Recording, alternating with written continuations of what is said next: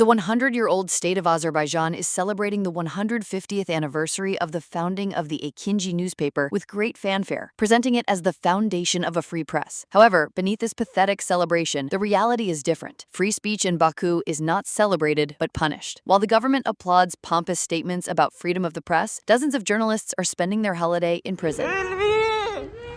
Abzas Media, this name has become a red flag for the Azerbaijani authorities. Its employees, Alvi Asanli, Seven Chvagavkizi, Elnara Gasimova, and Nargis Absalamova, are in custody today, sentenced to up to 9 years in prison simply for exposing corruption and the government's illegalities. They, however, have no intention of staying silent. In an article published on Press Day, they directly address Ilham Aliyev, exposing with the harshest criticism how the regime that proclaims Karabakh is Azerbaijan is turning occupied Artsakh into a dead zone. You divide it among a group of officials who say Karabakh is Azerbaijan, you give large plots of land to your companies, and you cram the people of Karabakh into buildings. No crops, no livestock, no work. They go to Bravo Market and beg for goods.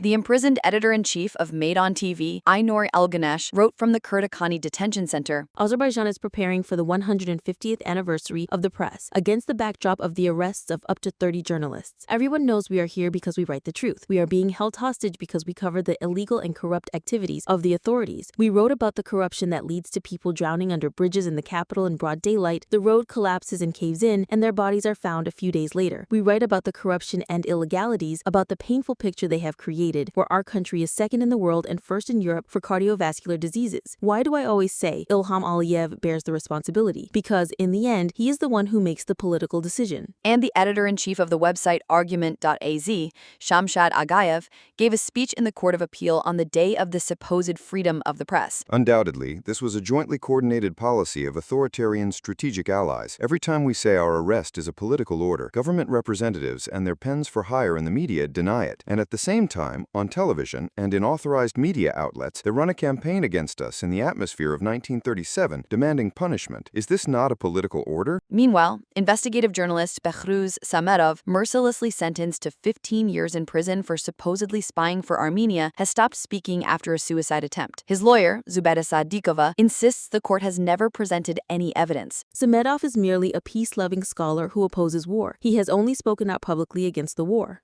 Against this backdrop, speaking of press freedom in Azerbaijan is immoral, to say the least. The Baku dictatorship is now trying to turn the historical value of free speech, the press, into a political veil to conceal the fact that journalists in the country are not only unprotected, but criminalized and imprisoned, while advocates for peace are labeled as Armenian spies. Diana Karapetian, ReOpen Media.